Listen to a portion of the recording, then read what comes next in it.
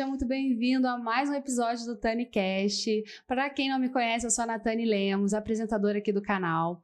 E hoje a gente vai conversar com uma especialista em psiquiatria infantil. Ela que eu já conheço de longa data, eu quero que ela fale um pouquinho sobre ela, sobre a história dela, doutora Paula Modesto. Oi, gente, prazer estar aqui com vocês, tá? Esse convite foi prorrogado algumas vezes, mas fico feliz de estar aqui, tá? Mas quem não desiste, persiste, vai até você lá. mesma fala isso, né? Então, assim, venci o medo, venci os obstáculos e cá estou, né? Vão ser momentos muito agradáveis, eu espero. Você pediu para eu falar sobre... Queria que você falasse um pouquinho sobre você, para as pessoas que não te conhecem. Quem é a doutora Paula Modesto? Doutora Paula Modesto fez medicina na Unig, formei em 2005, entrei para pediatria em 2006 a 2008, que eu me especializei em pediatria geral pelo IPPMG, Hospital do Fundão. E logo em seguida, desde sempre, comecei a trabalhar com a pediatria, né? Pediatria geral. Sou emergencista, trabalho na emergência do Hospital da Posse, né? Há 15 anos, pelo menos. Caramba. É uma grande paixão que eu tenho, né? Emergência é uma surpresinha. Eu costumo dizer que nunca o dia nunca é igual, né? Porque é uma emergência aberta, então a gente recebe de todas as emergências e somos uma grande referência do estado, né? Do Rio de Janeiro, principalmente da Baixada Fluminense. Não sabia. Depois disso, eu trabalhei em hospitais particulares, né? E depois da pandemia, eu comecei a perceber a quantidade de crianças, né, com diagnóstico de transtornos mentais, como transtorno do espectro do autismo, transtorno de ansiedade. E eu me apaixonei por esse tema, né? Por perceber que as crianças e muitos profissionais da nossa área também, não só da pediatria, mas da medicina de uma forma geral, precisavam se especializar, entender um pouco melhor do tema, porque, afinal de contas, os números estavam crescendo em escala, assim, avassaladora, né? É importante que a gente esteja aqui, não só no mês de setembro, né? Estamos no Setembro Amarelo, a importância da gente falar sobre isso, né? E eu levanto a bandeira de não é só o Setembro Amarelo, é o ano inteiro amarelo, que a gente possa ter essa atenção para as nossas crianças, né? Até o objetivo desse episódio aqui, você abordar, falar sobre esse detalhe, aproveitar que estamos nesse mês, né? Sim, não só, eu falo das crianças porque eu trabalho com eles, né? Então, mas assim, a todos nós da área médica, os que não são médicos também, né? Outros profissionais ligados à saúde mental, como psicólogos, fonoaudiólogos, etc., que estejam atentos, né, aos sinais que muitas vezes a gente solta e os pais, por exemplo, não estão atentos, né? Então, assim, eu fico muito feliz que temos um mês para levantar essa bandeira, né? Então, assim, é um pouquinho, é um breve en passant da minha história, porque tem muita coisa, né? Até chegar na pediatria, foram muitos avanços, né? Mas hoje a minha paixão é pela psiquiatria infantil, né? Cuidar dessas crianças de uma forma acolhedora, para que eles possam ter qualidade de vida, né? Eu não digo só do transtorno do espectro do autismo, como TDAH, como transtorno de ansiedade generalizada, né?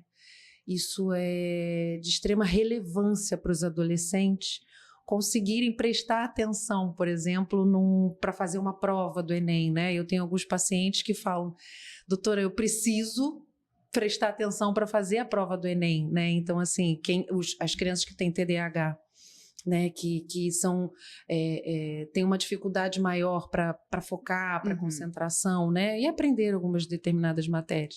E aí, quando eles conseguem fazer a prova, né, que eles estão naquela adrenalina e que eles conseguem realizar a prova, aí falam, doutor, eu consegui fazer a prova, sabe?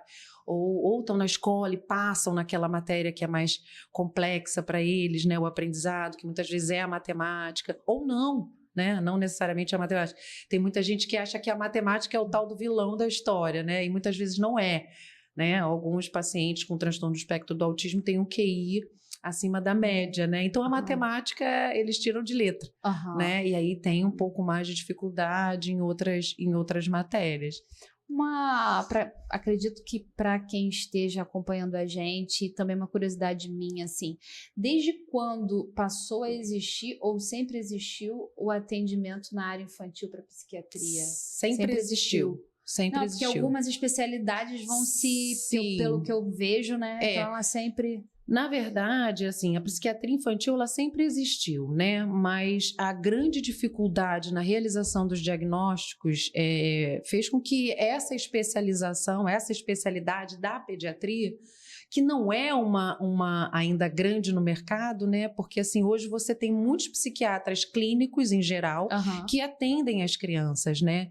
Então, assim, dificilmente você vê hoje um psiquiatra que atenda só crianças ou atenda só adultos, né? Então, assim, além de eu ser pediatra, de eu estar na área da pediatria há pelo menos 19 anos, eu ainda fiz questão de atender só crianças nesta especialização, entendeu? Na psiquiatria infantil. Ah, doutora, mas por quê? Além da psiquiatria ser uma gama de diagnósticos, né? É difícil você fazer o diagnóstico numa criança, né? Primeiro que muitos médicos não têm muita... eu vou usar a palavra sensibilidade, né? Para não usar... não colocar como outra coisa, mas assim, não tem experiência para trabalhar com criança, né? Então, assim, eu acho que é todo o diferencial. Porque o trabalhar com a criança, você não vai sentar para ela e vai perguntar qual é a queixa dela. Você não consegue, você tem que... não é adivinhar, a criança conversa com você no olhar, no andar, no gesticular. Então, assim, não é de uma hora para outra que você aprende, né? Então, não é... muitos recém-formados trabalham na pediatria porque dizem, é mais fácil a pediatria. Não, não é. Quanto mais você estuda, quanto mais você passa o tempo na pediatria, você vê que não é mais fácil do que no adulto, né? Não que no adulto seja fácil, não é isso. Mas na pediatria eu acho infinitamente mais complexo do que num adulto, né? Porque tem peso, tem dose, você não pode errar na mão, né? Você não pode passar... Todo um cuidado. É todo um cuidado. Verdade. Então, você imagina isso num diagnóstico de uma criança com transtorno mental, né? E hoje ainda existe muito a questão de, não, é assim mesmo, né? Quando você vai fazer, quando uma mãe chega no consultório e me traz assim, doutora, a tia da escola falou que ele apresenta tal sintoma, né? E a mãe fala assim, mas eu não acho, porque o meu outro filho não tinha isso. Então, assim, ainda é muito difícil você fazer um diagnóstico, porque às vezes a própria pessoa dentro de casa não percebe que ela tem uma alteração, né, comportamental. Então, assim, por isso que a gente frisa, e eu friso muito,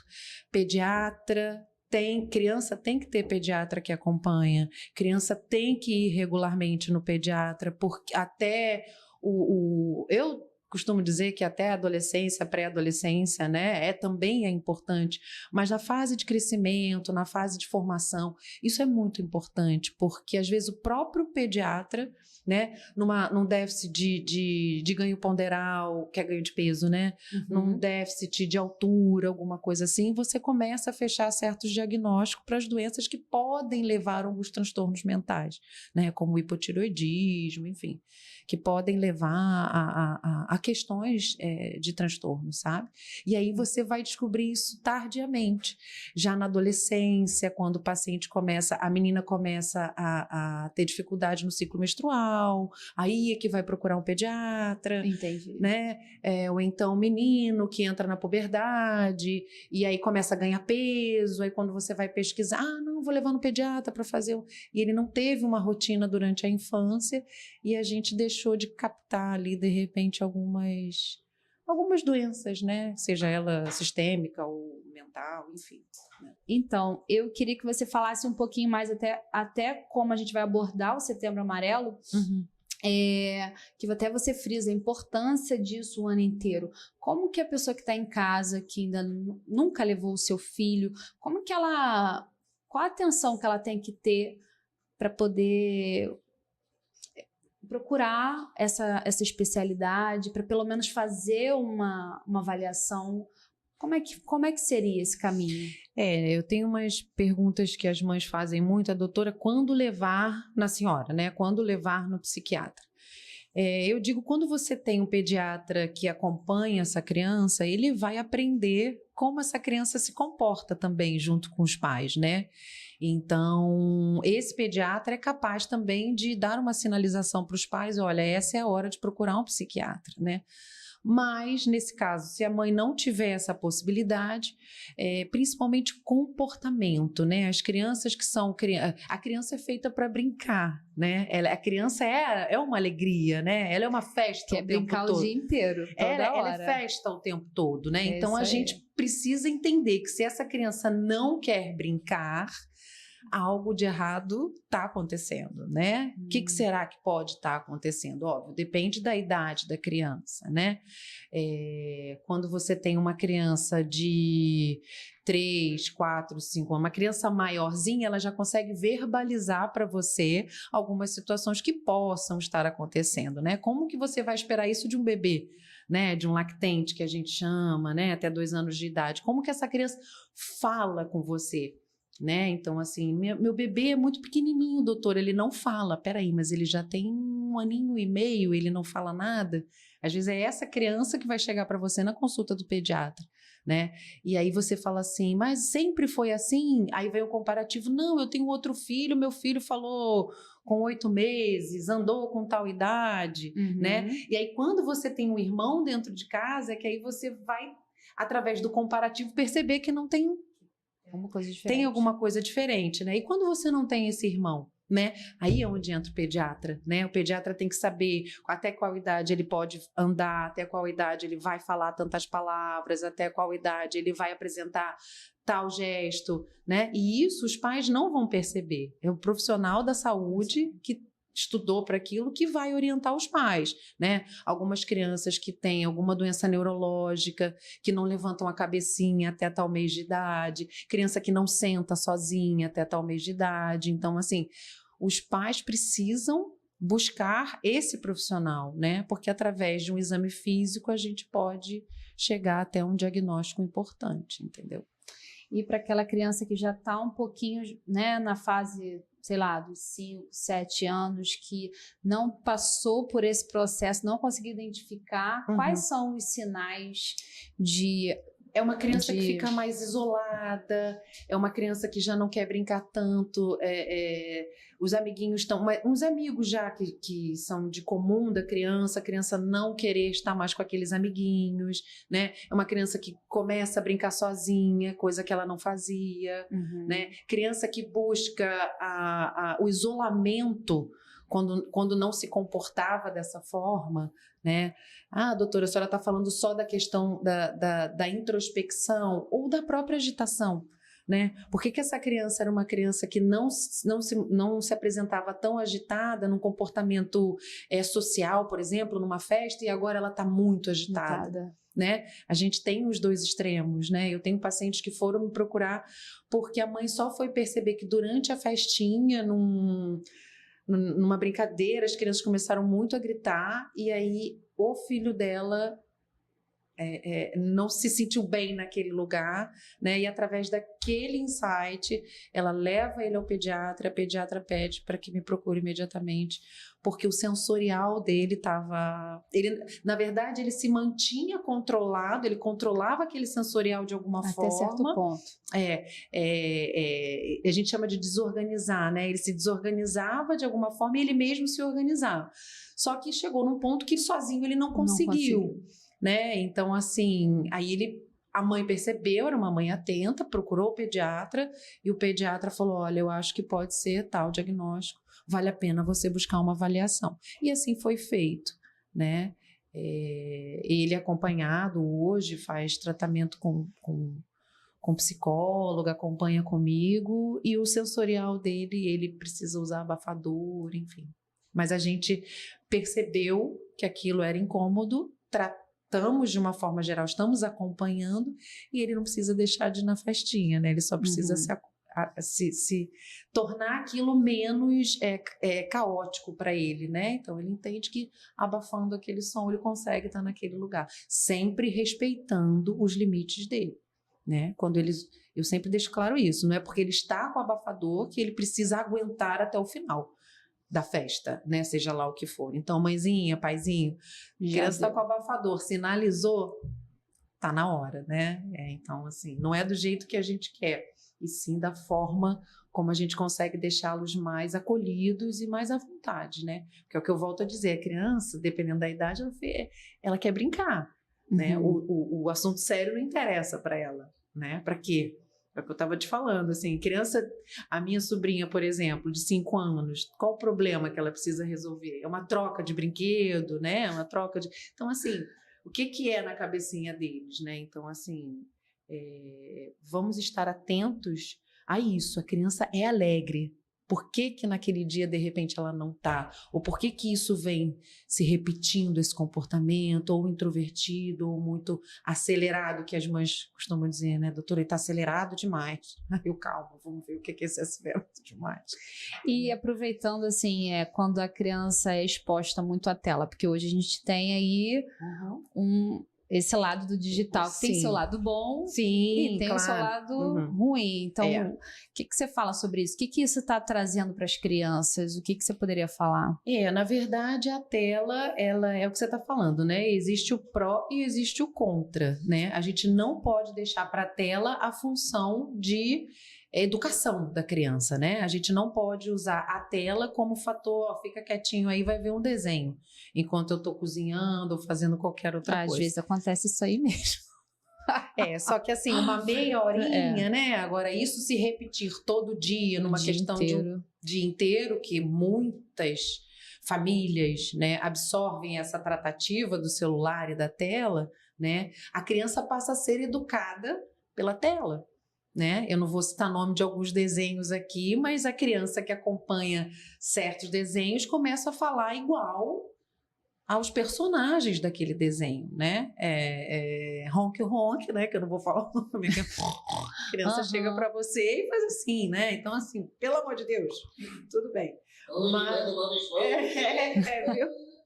Mas assim, nem é isso só, né?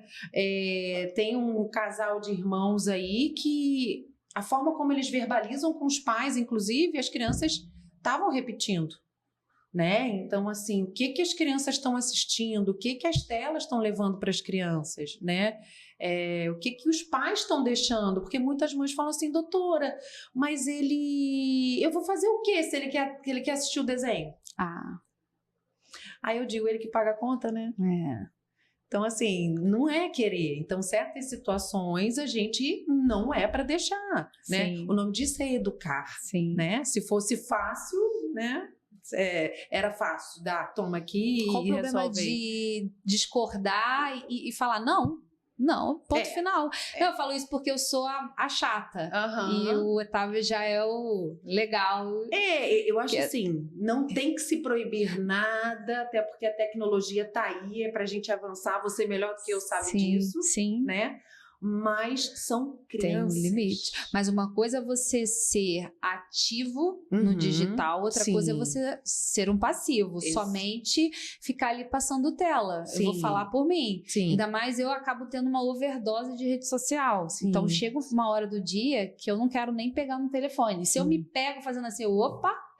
Porque isso acaba sendo no automático, né? De tanto tá ali. Mas quando ela fala pra mim, mãe, deixa eu ver um desenho. Não, e eu sou irredutível, falo não. Entendeu? Eu vou usar a Helena como exemplo, né? Lá na minha irmã. Assim, a tela é muito pouco que a Helena usa, sabe? A Natália... E olha que é filha única, né? Até o momento ela é filha única. Então, mas a Natália procura colocar ela em atividade, coloca ela para descer, para brincar. A Helena é muito social, né? E é isso. A gente precisa ensinar as crianças como serem sociais, né? Então, assim, não é colocando num quarto, dando isso daqui que elas vão ser sociais. Não. Né? Não é assim que elas vão interagir com as coisas da vida, né? O contato com o externo, né? Com a natureza, isso é muito importante. Então, assim, eu costumo dizer que eu hoje tive um paciente que ele tem toda a tecnologia à disposição dele, mas o que ele sente falta é do tempo com a família ao ar livre, e ele verbaliza isso, né? Então, assim, ele tem toda a tecnologia à disposição dele, ele tem ao acesso, mas quando você pergunta, o que você sente falta? E ele diz, tia, no domingo que a gente tinha com a família em tal lugar. Aí eu chamo a mãe, vem cá, vamos conversar. Ela, doutor, eu nem percebi, porque a vida é uma correria. Ok, a vida é uma correria, mas a gente precisa estar atento a isso, né? Então, assim, eu acho que esse boom de informação que está chegando agora, seja através da internet, da leitura ou dos podcasts, né? Isso é muito importante para a gente alertar os pais que o dia a dia está aí, é cada vez mais intenso, é cada vez mais trabalhoso, mas as crianças ainda precisam ser ensinadas com o olhar ali presente, sabe? E lembrar que... assim, provavelmente você vai dizer esses sintomas, já imagino, né? Por tudo que você tá falando aí, mas eu quero perguntar novamente. Aí a criança que é exposta muito à tela, quais são também sinais? O que pode estar surtindo que, de repente... Isso eu tô falando para quem tá escutando, porque às vezes deixa a criança, mesmo que o pediatra fale aquilo, não perceba, como você falou. E até que ponto chega no psiquiatra? O que vai acontecendo ali com a criança? O que acontece? Se você tem uma criança de 2 anos que vê um desenho para uma criança de 10, 12 anos, qual o estímulo cerebral que essa criança vai ter, né? Qual o tipo de palavra que essa criança vai aprender, né? É um estímulo para a idade dele ou está sendo um estímulo além da idade dele? E vice-versa. Se você tem uma criança de 6, 7, 8 anos que assiste um desenho de uma idade inferior, qual o desenvolvimento que essa criança vai ter? Qual o nível de palavras, né? O que leva essa criança? Qual o estímulo que ela tem através daquele desenho? Então, assim, tudo para determinada idade é necessário um devido estímulo, entendeu? Eu não posso deixar uma criança de 8 anos, como a grande maioria aqui, todo pai tem celular, pegar e dar o celular na mão da criança, porque é infinitamente mais interessante ela ver um desenho coreano que está na moda agora, né? Eu nem sei o nome, né? Esqueci o nome desse. Mas isso é importante saber, porque os adolescentes estão todos aí, né? Ligados nisso. Então, assim, aí você pega uma criança de 8 anos que tem acesso ao celular, que olha aquilo infinitamente musical, infinitamente colorido. A criança não vai assistir um desenho para a idade dela, ela vai buscar aquele estímulo que está ali. E ali o que se verbaliza são palavras... muitas vezes, né, que não são para a idade, né? Então, assim, não só a tela de uma forma geral, o que se conversa dentro de casa, né? O que se fala dentro de casa, qual é o assunto, o que você usa, como que você se comunica com o seu filho, né? Quais são as palavras de validação que você usa para o seu filho, né? Como você valida essa criança? Nessa hora a mãe fica pensando mil coisas. Tá assim, a fumacinha saindo aqui, né? Como você valida o seu filho, né? É isso, somos formadores de opiniões, nós somos criadores, a gente cria essas crianças com o que a gente fala dentro de casa, a maneira como a gente se comporta, né? O que a gente come, né? A gente tem aí vários estudos que relatam uma vida saudável, alimentação saudável, o quanto mexe na imunidade, o quanto que isso é importante para o bem-estar, né? Dessas crianças. Eu digo porque no autismo, por exemplo, a gente tem crianças que são seletivas, né? Tem seletividade alimentar. Então, muitas vezes são crianças que, quando a seletividade é mais acentuada, tá? Eles são crianças que apresentam anemia, né? E aquela anemia, a criança fica mais desanimada, e muitas vezes procura o pediatra porque tem uma anemia. Doutora, foi fazer um exame de emergência e tem uma anemia importante. Aí vai ao pediatra, aí quando você escuta aquela história, doutora, ele não come nada. Tá, mas ele não come nada por quê? Ele tem 5 anos, ele nunca comeu nada, né? E aí ele não consegue falar, ele fala com dificuldade. Ou seja, essa criança tem seletividade alimentar, tem dificuldade na fala. E na escolinha? Não, na escolinha ele brinca sozinho, ou seja, dificuldade de socialização. Temos aí vários sinais de alerta, né? Caramba. Temos um transtorno em evidência, o que a gente pode fazer? Tá vendo quanta coisa pode passar despercebido, né? Como passou durante muito tempo? Aí eu posso até entrar numa outra questão. Doutora, aumentaram os números ou os diagnósticos melhoraram? Eu vou dizer as duas coisas. As duas né? coisas. Hoje a gente tem 1 para cada 6 nascidos vivos que podem apresentar um transtorno mental, né? Então, assim, tô falando do autismo, né? De uma forma geral aqui de números. Então, assim, precisamos realmente estar atentos. Costumo dizer assim, é fácil receber um diagnóstico, um filho receber um diagnóstico, de uma mãe receber um diagnóstico? De jeito nenhum. Né? Eu trabalho com elas diretamente, eu sei que não é. Mas quanto mais a gente demora para aceitar aquilo ali, menos progresso a gente consegue ter, menos como é que eu vou te dizer, menos a evolução dessa criança. Menos avanço, né? A gente tem um avanço mais tardio, coisa que a gente pode trabalhar antes e não deixar que aquela criança evolua, mas com uma limitação maior, né? E aí é onde eu falo, né? A importância do acolhimento, a importância dos pais estarem atentos. Doutora, é um tratamento multidisciplinar? Eu costumo dizer assim, é infinitamente disciplinar, porque você precisa de fono, muitas vezes você precisa de terapia ocupacional, os pais precisam de terapia, né? Então, assim, é infinitamente multifatorial, é infinitamente fatorial, né? Porque a gente precisa da ajuda de todo mundo. Porque uma mãe, vamos botar aí, né, que a grande maioria não tem um filho só, né? Você tem 2, 3 filhos. Como é que você consegue dar conta de casa, criança, trabalho, né? Dá, no fundo dá, mas alguma coisa fica... na balança vai ficar desregulado. E aí, geralmente, sobra para criança, né? Porque o marido chama atenção. Ei! E a criança, ela tá chamando aqui, ó, de alguma forma. Ela tá gritando, ela tá chorando, ela não quer ir para a escola, ela tá gritando de alguma forma. Mas a mãe acha que, peraí, aí eu vou dar aqui, resolver o problema aqui do meu marido, resolver o problema do meu trabalho, e tá chorando aqui uma coisa de criança. Né? Mas ela tá pedindo aqui, opa, peraí. O que eu posso olhar diferente para ele? Né?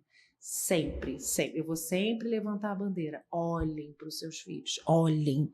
A criança fala com olhar, fala. E mãe conhece filho, é incrível. Quando eu tô na emergência, que chega uma mãe e fala assim para mim, doutora, ele tá esquisito, esquece. Eu já falo, entra porque tá esquisito. Pra mãe falar que tá esquisito, eu posso ter feito medicina há 20 anos, esquece. É igual você falando aí de choro e tudo mais. Eu percebi que depois que a Vitória tá super feliz que vai ter um irmão, uma irmã. Mas depois que ela ficou sabendo, ela tá mais chorona. Sim. Aí a gente fica assim, tudo chora. Tudo quer colinho, fica querendo mamar, falando que quer voltar a ser neném. Porque quantos anos a Vicky tem? Ela não quer ser a mais velha. A gente tá assim pra ela, mas você é a primeira. Sim. Pra ela, eu sou a primeira. E aí a primeira tem a responsabilidade de primeira aqui, né? Mas é aquele negócio, assim, quantos anos tem ela? Ela vai fazer 5. Vai fazer 5. Ela foi o xodó do papai, da mamãe, da vovó, do Dindo durante 5 anos.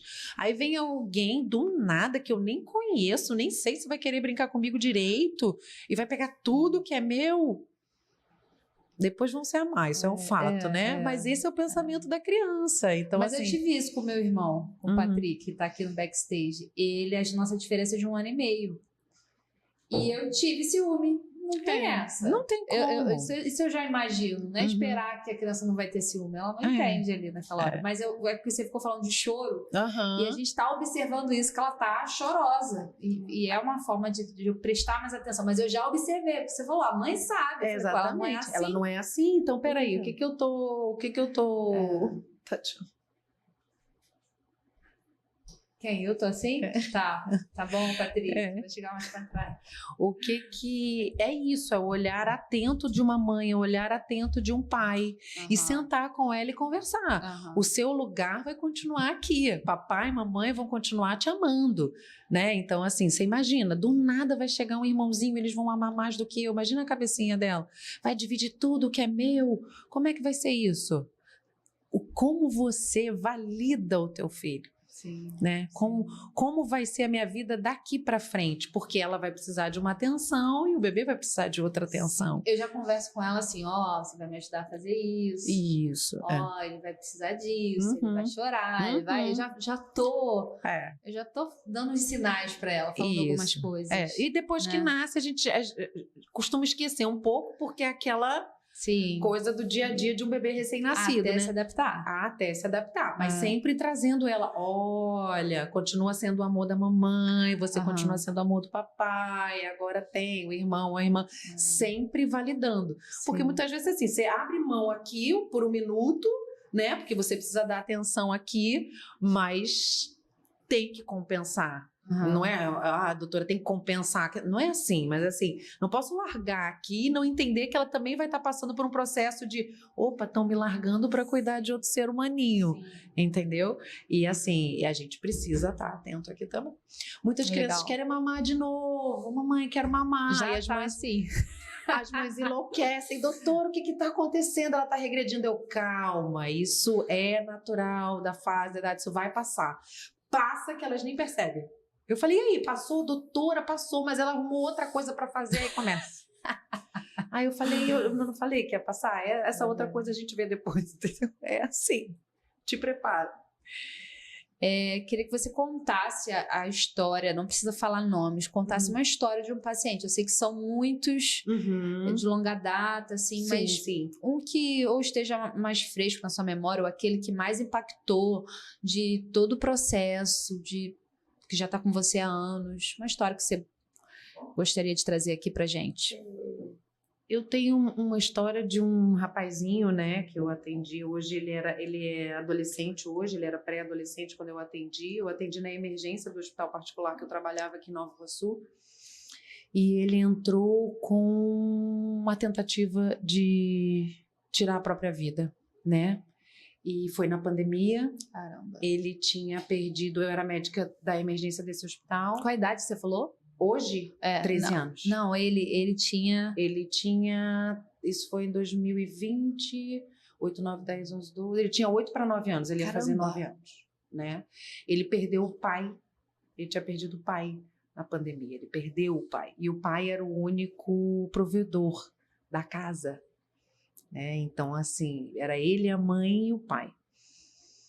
Então, ele vai para mim... Ele chega na emergência, né, assim, e a mãe, coitada, não sabia. Se ele deu sinal, ela não percebeu. Porque a gente vivendo aquela loucura de pandemia, né? Não foi normal. O marido adoece, ela precisa ficar distante desse marido, porque a gente não podia sequer visitar os familiares, né, nessas internações de UTI. Enfim, ela perde o marido.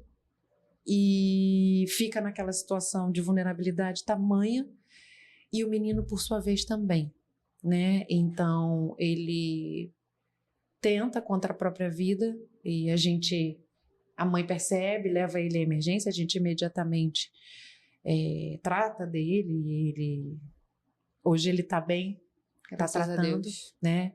E abriu um quadro depressivo durante a pandemia, né?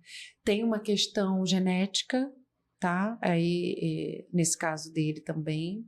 E todo o externo influenciou, né? E no começo, a mãe também precisou de tratamento, mas a gente foi firme, eu falo para ela que ninguém solta a mão de ninguém, né?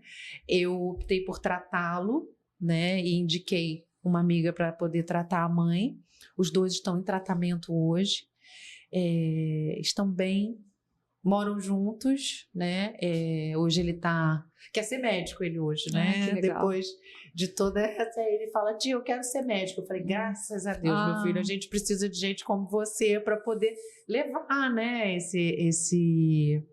O que você passou, né? Para você entender que a medicina, ela pode ser lucrativa para uns, mas para outros é o coração que anda junto, né? É realmente então, ajudar o próximo. Então, assim, ele é um que eu tenho em especial. Eu falo que todos os meus são os mais lindos, né? Eu falo que os meus pacientes são os mais lindos, né?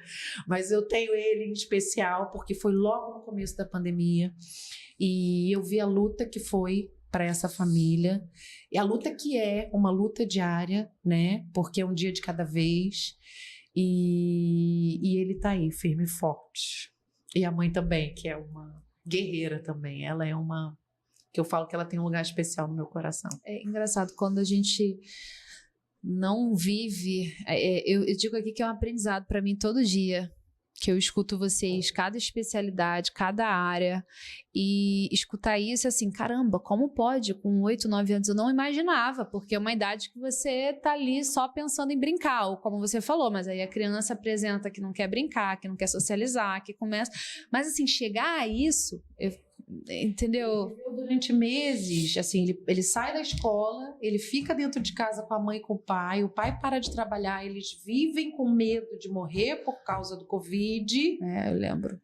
E aí o que acontece? Esse medo eles viveram juntos e aí acontece o pior que eles não queriam que acontecesse, né? E aí eles se veem completamente sem saída. Como que eu vou me sustentar? Para onde que eu vou? E ele viveu aquilo tudo, né? Era só ele e ela.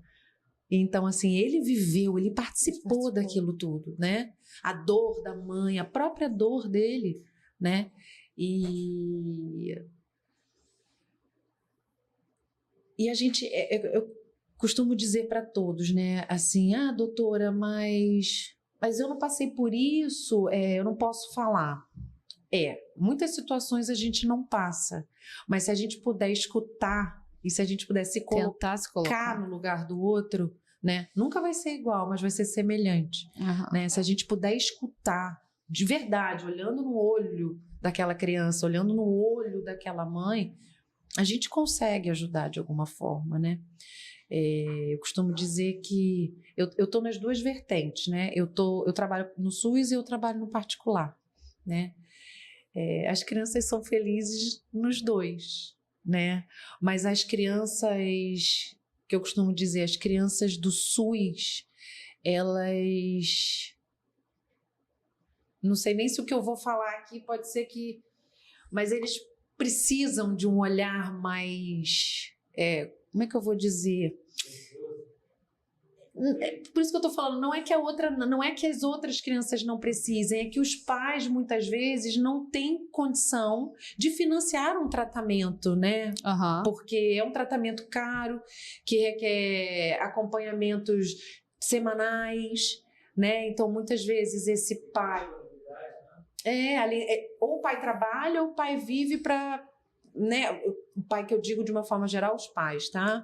Muitas vezes ou esse pai sai para trabalhar e essa mãe fica para cuidar das crianças, mas o salário que o pai ganha não é suficiente para que ele tenha os tratamentos adequados, entendeu? E aí no particular a gente já vê uma condição diferente, né? Que as crianças têm mais acesso a isso. Em Nova Iguaçu, a gente... Sem conflito de interesses, tá? Em Nova Iguaçu, eu trabalhei durante 2 anos no CAPSI, porque né? você está falando uma coisa que é realidade. Você está sendo aberta. Eu sou muito... tem que ser. Eu sou muito transparente, sabe? Assim, comigo não tem muito disse-me-disse, ou é ou não é. Então, eu trabalhei durante 2 anos no CAPSI, aqui em Nova Iguaçu. Esse aqui? Da esquina? Não, lá perto do Chaplin. Tá. Me faltou a rua agora. Lá perto do Fórum de Nova Iguaçu, né? Então, ali foi uma escola para mim, né? Porque ali eu encontrei famílias que muitas vezes tinham 2, 3 crianças com diagnósticos totalmente diferentes. E que muitas vezes a mãe era a única provedora daquela família. Caramba. Isso, Dom Adriano Hipólito, exatamente. Então, assim, muitas vezes a mãe era provedora daquela família. Então, a mãe tinha que trabalhar, ela tinha que dar conta de casa, ela tinha que dar conta de filho. Doutor, e o marido? Muitas vezes não permanecia ao lado dela para ajudar nessa luta diária, né? Então, assim... Isso é muito comum, porque, assim, eu conheço famílias assim, que realmente a mãe tá sozinha nessa jornada. Sim, é. Isso é comum. Infelizmente, é uma comum. A gente vê isso, eu vejo isso com frequência, tá? As mães sendo abandonadas, casamentos sendo desfeitos, por conta da responsabilidade de você precisar acompanhar, né, e tratar umas crianças que precisam de, por exemplo, maior frequência, né, de terapias, né, então não é só a questão financeira, a questão emocional pesa muito também para eles, né. É o não encarar, né? É o fugir. Porque a realidade é essa. Se a gente for usar amplamente, claramente, né, e aí pergunta assim, mas por quê, né? Por quê?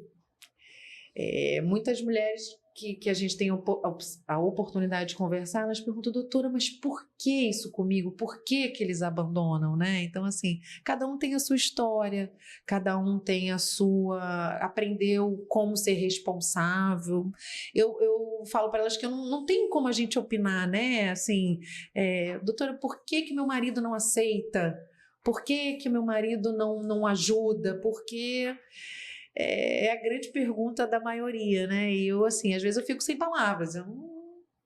Responsabilidade ou a gente tem ou a gente não tem, né? Então, assim, a importância de um pai. Também tem uma cultura aí, porque até aqueles que ficam num casamento e tem pais assim, se eu falo, Otávio é um pai muito presente, ele tá ali, mas eu sei que eu vejo, tem pais que não são nem com o filho que é normal, que tá tudo bem ali, né?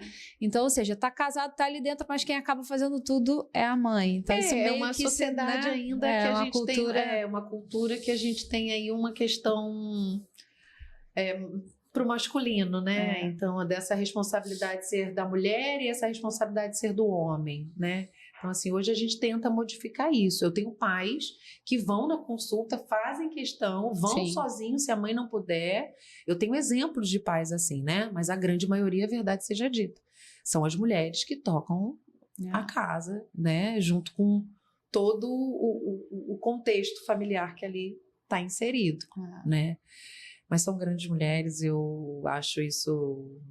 Eu bato palma para elas, assim, e elas entram sorrindo, elas entram esperançosas, sabe? Assim, então isso Patrick é muito... um pai, ele é pai e mãe. Viu, Esse é um paizão. Eu tenho pais que... toda regra tem sua exceção, né? Então, assim, são exemplos e eu costumo dizer que isso tem que ser levado. Eles têm que ser mostrados, sabe? Assim, muito cuidadosos, são muito amorosos. E falo mesmo, doutora, não sei como fazer. Eu falei, cara, senta aqui que a gente vai aprender. Nem que a gente tenha que entrar no YouTube para poder aprender.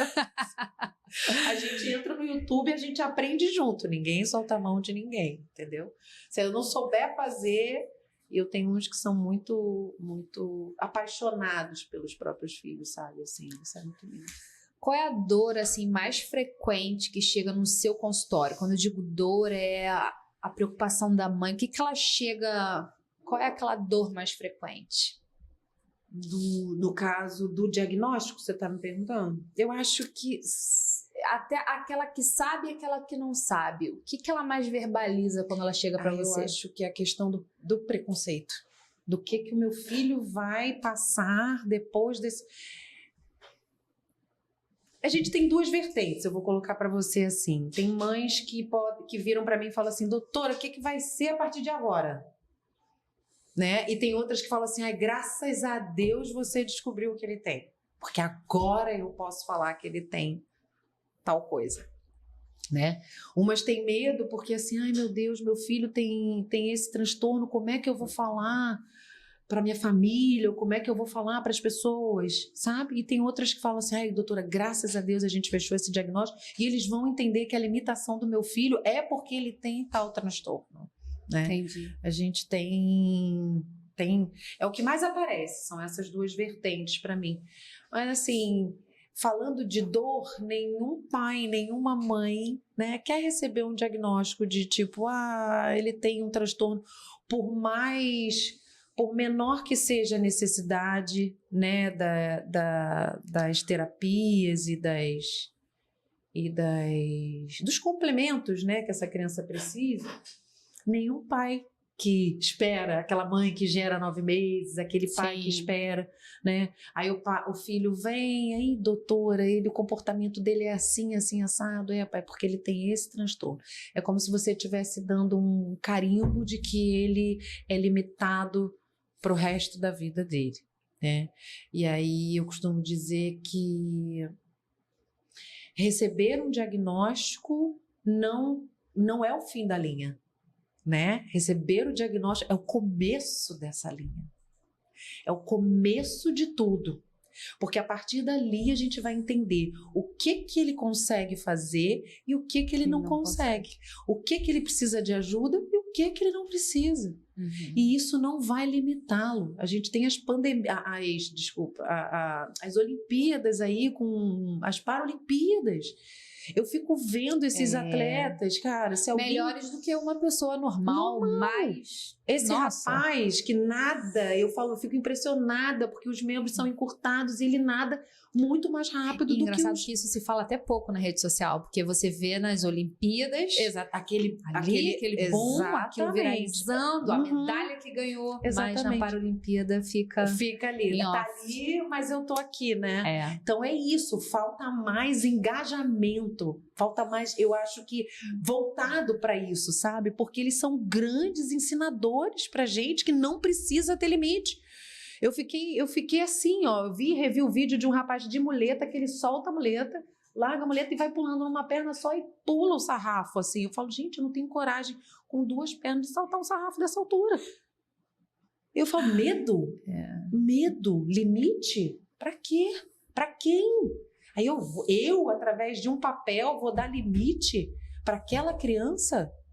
De jeito nenhum. Tô eu de novo pra frente, tá? Entendeu? Aquilo é um papel. Eu perguntei para uma paciente minha que ela recebeu o diagnóstico, ela olhou e falei, que você acha que é? O que você acha que é isso aqui? Fiz assim para ela. Ela falou assim, isso é o meu diagnóstico. Sabe o que é isso? Tá tão envolvente que eu tô toda hora frente, assim, ó, chegando em cima da pá. Aí eu pergunto para ela assim, perguntei para ela assim, né, na consulta, eu falei, o que é isso aqui para você? Ela é meu diagnóstico, é tal diagnóstico. Eu falei, isso é um papel. Eu falei, isso aqui é um papel, ó. Isso é uma folha de papel. O que está escrito aqui não te define. Isso daqui não me assusta. Não tem que te assustar. Isso aqui só me faz entender para onde a gente tem que ir, com a ajuda de quem, o que a gente pode, o que a gente não pode. Como eu vou funcionar melhor, como que vou desenvolver melhor. E vou entender você da forma como você é. Sem te julgar ou sem nada. Isso aqui você consegue, isso aqui você não consegue. Quer tentar? Vamos junto. Eu preciso que você faça isso, vamos junto. E aí a gente começa a respeitar o limite do outro. A gente começa a respeitar o que o outro consegue e não consegue fazer. Que muitas vezes lá atrás era aquela coisa, né? Ele é preguiçoso, ele não consegue, ou ele é arteiro demais. Não. Na verdade... Vitória. Entendeu? Na verdade, assim, pode ser a criança sendo criança, mas a gente precisa entender até que ponto isso não vai trazer algum tipo de prejuízo, né? Tá trazendo, vai trazer, pode trazer. Ou seja, temos que estar atentos 24 horas por dia. É verdade. E a importância de você ter uma rede de apoio, tá? Né? Que aí você tem pai, você tem mãe, você tem vó, você tem psiquiatra, você tem pediatra, você tem vizinho, que é amigo, que é mais que irmão, entendeu? Verdade. Então você precisa ter uma rede de apoio. Hoje é de suma importância. É de suma importância. Entendeu? Vitória adora a casa da avó. Fica pedindo pra estar lá, que a avó dá um miojo. Eu falo, vó, não dá um miojo, vó. A doutora é pediatra pra si, né? Ó, mas eu amo as avós. Quando a gente vai no mercado, poxa, mamãe, por que a senhora não compra um miojo? Eu falei, por quê? Em casa a gente não come miojo, a gente não come. A gente aí não eu falo vai assim, na as avós... mas são mães, assim, aí elas cuidam demais. Aí a gente finge que não a gente fala assim, deu, aí a doutora finge que não viu, entendeu? E aí a vida segue. Faz parte. Me fala assim, hoje o que chega para você, qual é o transtorno que tem, não sei se você pode falar isso, qual é o transtorno que acaba chegando mais para você hoje? Aquele que, assim, você está numa semana, está atendendo direto e aqueles pacientes novos, o que está vindo? É porque, assim, eu sei que o diagnóstico às vezes não é de imediato. Sim. E tudo mais, mas o que mais... Então, eu tenho recebido, eu vou falar para você que hoje na mesma proporção, tá? O transtorno do espectro do autismo, o transtorno TDAH, né, de déficit de atenção e hiperatividade, e o transtorno de ansiedade generalizada em adolescentes. Então, eu recebo nessa proporção. Esses três. Ela chega perto... A gente tá assim, ó. Entendeu? Então, assim, hoje é nessa proporção, sabe? TEA associado a TDAH. Ah, doutora, sempre vai ter essa associação? Não necessariamente. Mas pode ter transtorno do espectro do autismo associado a transtorno de déficit de atenção.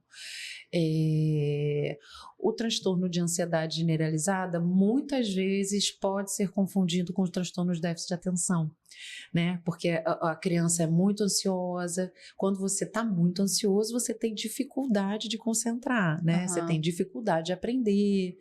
Então, há importância de você ter um bom pediatra, um bom profissional para avaliar bem essa criança e dar um diagnóstico de forma correta, porque o tratamento para um é um, o tratamento para outro é outro, né? Então, se a gente faz um diagnóstico equivocado, automaticamente, ao invés de você ajudar, a gente complica muitas vezes a vida dessa criança, né? Não ajuda ela como deveria ajudar, entendeu?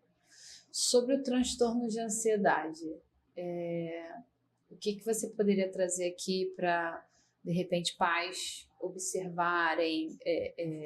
Você falou muito sobre vários tipos de sintomas, mas assim, para esse tipo de transtorno, o que você poderia Uma queixa completar? Muito comum que os pais vêm me trazendo é a impulsividade, aquela criança que fica muito impulsiva, sabe?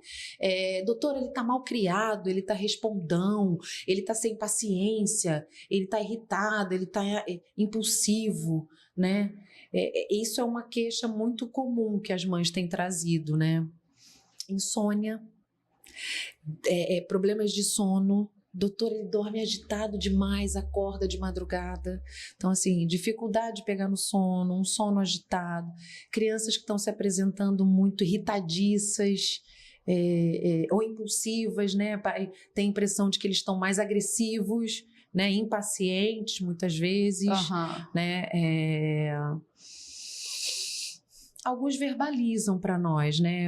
Quando os pacientes são... Por exemplo, ontem eu atendi uma menina que me disse: doutora, depois que eu briguei na escola, teve uma briga na escola, agora qualquer coisa eu não sinto as pernas, eu suo as mãos e me tremo toda. Que idade? 9 anos. Caramba. 9 anos. Uma menina. Aí, por isso que eu te falo, né? Então, mas quando a gente foi entender o contexto social, era muito... Não era nada acolhedor, sabe? Então, assim, toda vez que ela ia se queixar de alguma questão, provavelmente a briga na escola foi o estopim para que aquilo tudo ali desencadeasse, né? Então, quando você vai conversar com a família, você percebe que o contexto familiar não é acolhedor. Então, ela apresenta sintomas físicos já, né? Então, assim, essa menina precisa ser imediatamente acolhida e trabalhada para que ela melhore, né? Porque ela já está apresentando sintomas no corpo, né? Taquicardia, sudorese, perna bamba, né? Tremor de extremidade que ela apresenta com 9 anos. Né? Então, assim, é preocupante. E como que eu acesso essa família se essa menina não foi escutada lá atrás? É um trabalho... Aí você tenta conversar, mas houve uma certa resistência. Eu, como profissional da saúde. E aí você também tem que trazer outros profissionais para tentar puxar aquela família. A pessoa querer se dispor a isso. Uhum. Complicado. Não é fácil, não. Nem um pouco. Não é fácil, não. Aí minhas amigas falam, tá com a terapia em dia? Aí eu falo, tô com a terapia em dia. Tá com a viagem em dia? Tô com a viagem em dia. Entendeu? Porque... E volto a te dizer. Você fala assim, doutora, você trata adulto? Tô tratando, né? Porque eu acolho todos de uma certa forma. E todos acolhidos, eles estão sendo tratados de forma indireta, né? Através da criança, eles estão sendo tratados, né? Às vezes você dá uma... Você fala assim, por que você não vê essa situação por esse lado? Aí você dá um insight, a mãe fala, doutora, como é que eu não pensei nisso? Sabe? Então, assim, é você estar aberto e eles estarem muito abertos para receber o que você tem para falar. Porque é fácil? Não, não é fácil. Mas eu preciso que eles estejam interessados para que eu possa acessá-los. E nesse caso, assim, você já propõe o quê? Marcar para a semana seguinte? Como é que só para a gente ter uma noção assim? Nesse caso, eu agendei ela para a próxima semana. E já orientei os pais em algumas situações e ferramentas para ela, né? Quando ela sentisse isso, que isso tem um determinado tempo, que isso vai passar, para ela aprender a respirar, né? Respira, pensa em outra coisa, para ela sair do foco, né? Daquela descarga de adrenalina dela, né? E ela acalmar, né? Voltar, se reconectar, né? Porque a gente chama, na ansiedade, no TEA a gente chama de desregulação, né? Quando a criança desregula, que fica mais estressada. E na crise de ansiedade a gente pode chamar de desregularização, né? Ou então, tipo, uma crise mesmo de ansiedade. E aí quando você começa a minha terapeuta, por exemplo, ela fala, começa a contar, conta. Aí eu falei, vou contar até quanto? Ela, até quanto tu aguentar.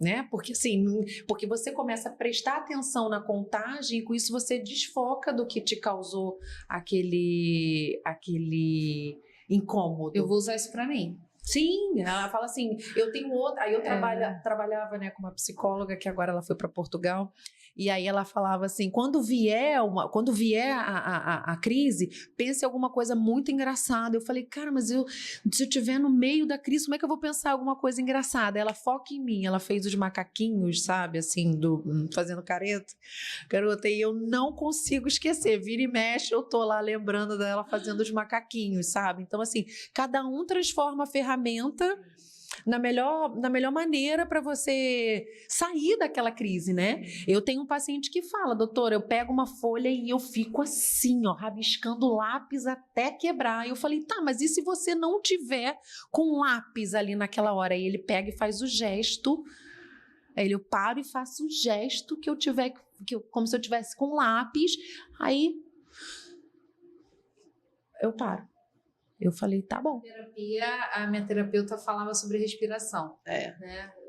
Respira tantos segundos, conta até solta. Eu costumo falar assim, eu sou adepta da yoga, eu sou adepta dos florais, eu amo. Tu faz yoga? Faço yoga, eu amo floral, suco de camomila. Eu preciso desligar alguma hora, né? Sim. Porque assim, você imagina a minha adrenalina também, por exemplo, como é que não é num dia de plantão, né? A minha terapeuta diz que eu vivo no caos o tempo todo, né? Porque a minha escolha de emergencista, né? Eu tenho que estar ali o tempo todo em alerta, ligada, né? Então eu tô sempre ligada, sempre. O emergencista, ele tá sempre ligado, entendeu? Então ela fala, você precisa desligar em algum momento. Eu tive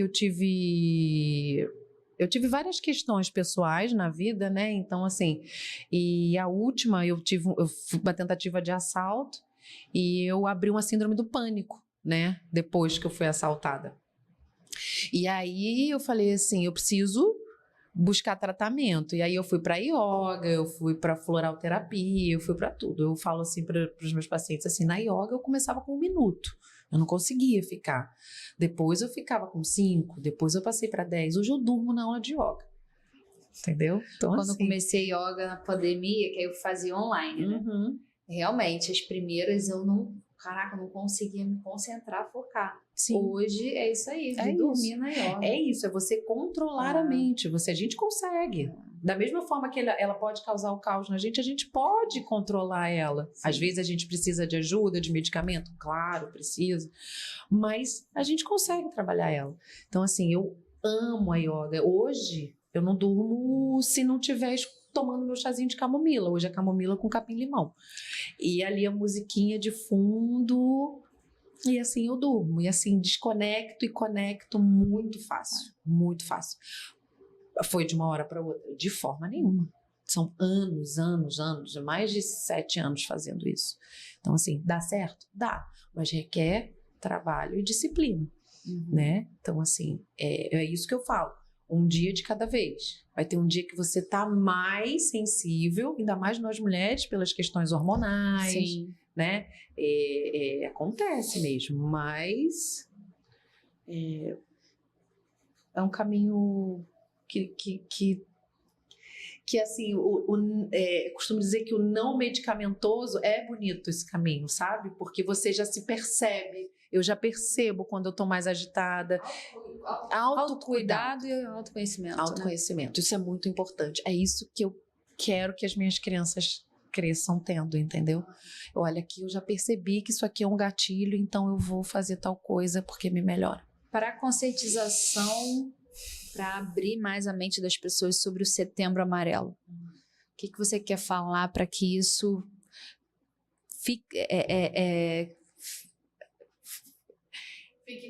fique gravado na memória dessas pessoas? Eu acho que o mais importante é que a gente entenda que o Setembro Amarelo, ele não é só em setembro. Ele é o janeiro, ele é fevereiro, ele é o ano inteiro, né? Mas a importância do Setembro Amarelo, que é onde a gente enche mesmo de informação, né? Mas não esquecer, eu até postei um vídeo da Cláudia Leite falando, não sei se você assistiu, que ela fala assim, fulano em janeiro teve tal transtorno, a Paula foi bipolar, nananana.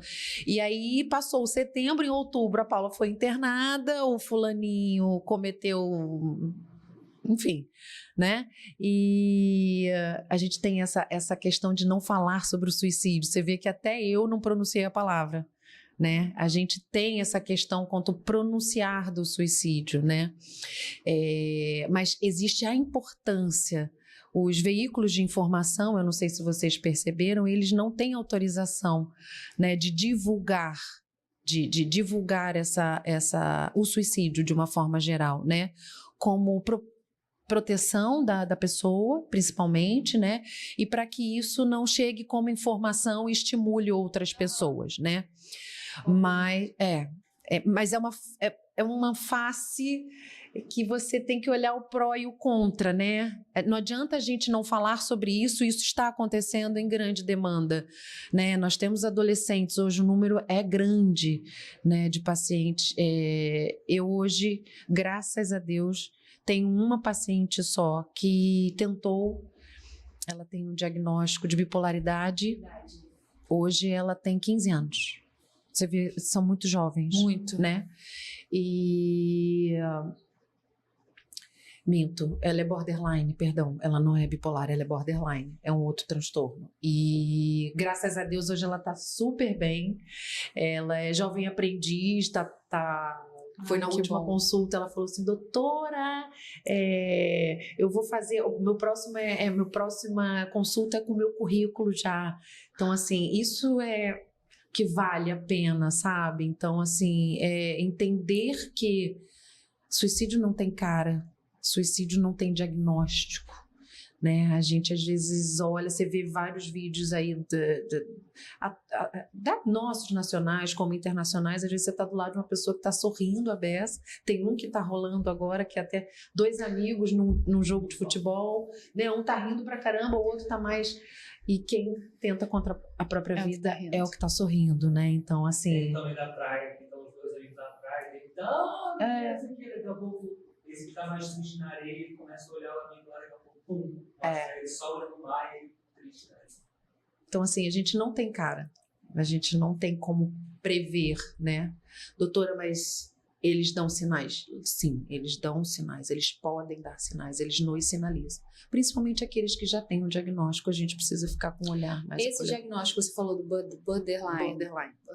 Fala um pouquinho sobre ele para quem está ouvindo e de repente não sabe o que é. O transtorno borderline é quando o paciente ele tem umas questões que ele tem como é que eu vou dizer de uma forma muito cuidadosa, ele tenta contra ele mesmo, ele não consegue enxergar o valor que ele tem, o transtorno dele, ele não consegue, a gente tem como cortar esse, tá?